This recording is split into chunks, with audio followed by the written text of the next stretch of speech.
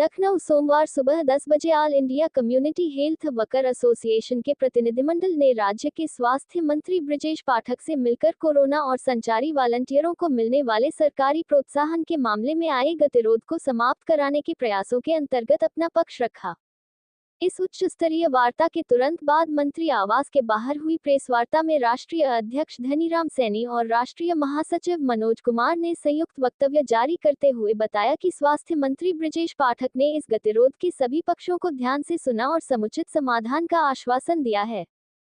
उत्तर प्रदेश प्रभारी मनोज कुमार के अनुसार स्वास्थ्य मंत्री बृजेश पाठक ने छद्मनाम से संचालित दूसरे संगठन के बारे में जानकारी होने तथा तत्काल उचित कार्रवाई का आश्वासन भी दिया है। इस मौके पर all India community health worker association की विभिन्न जिला इकाइयों से आए पदाधिकारी और कार्यकर्ता बड़ी संख्या में मौजूद रहे।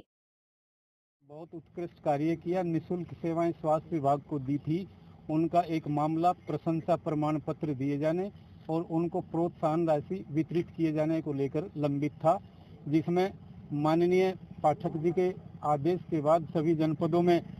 भौतिक सत्यापन शासन ने कराया था। सत्यापन के बाद उसमें निदेशालय की रिपोर्ट प्रस्तुत हो गई थी, लेकिन शासन स्तर पर वो मामला अभी लंबित चल रहा था किसी कारणवश। आज हमने माननीय उप मुख्यमंत्री श्री बृजेश पाठक जी का इन रिटर्न शासन की उस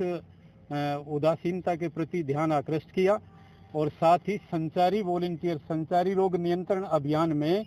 हमारे युवा वॉलंटियर्स को, हमारे युवा कार्यकर्ताओं को आशाओं के साथ संचारी समन्वयक के रूप में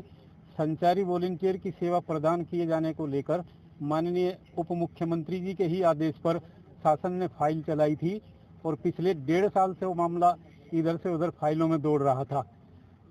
इसके बावजूद जब उसमें कुछ चीज़ें ऐसी गतिरोधित हुई तो हमने माननीय मुख्यमंत्री जी को भी इस संबंध में अपना मांग पत्र दिया था। मुख्यमंत्री कार्यालय के संदर्भ के बाद पिछले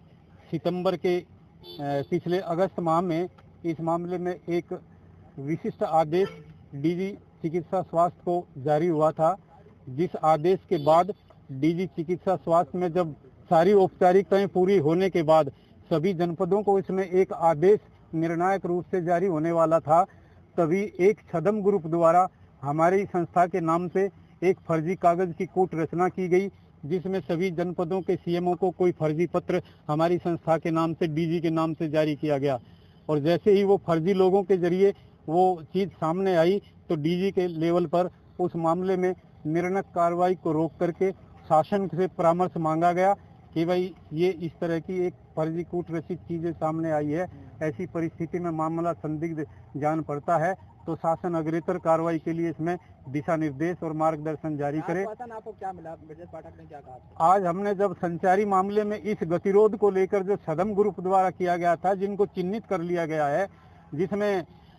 खास तौर से 2 व्यक्ति, एक आजमगढ़ से विनय भारती नाम का शख्स, एक आगरा से विनोद अत्री नाम का शख्स और उनके साथ कुछ 10-5 लोग हैं। उन लोगों ने ये खुराफात की थी हमारी संस्था के नाम से फर्जी कूट रचित कागज की, जिससे ये मामला गतिरोधित हुआ था। माननीय पाठक जी को हमने उसमें पूरा पेपर के साथ सारे एविडेंस के साथ अवगत कराया तो उन्होंने कहा कि ये मेरे संज्ञान में है और हमारे स्तर पे ये मामला चला हुआ है, तो मैं इसको तत्काल प्रभाव से दिखवा करके इसमें आदेश जारी करवाऊंगा, आप निश्चिंत रहें।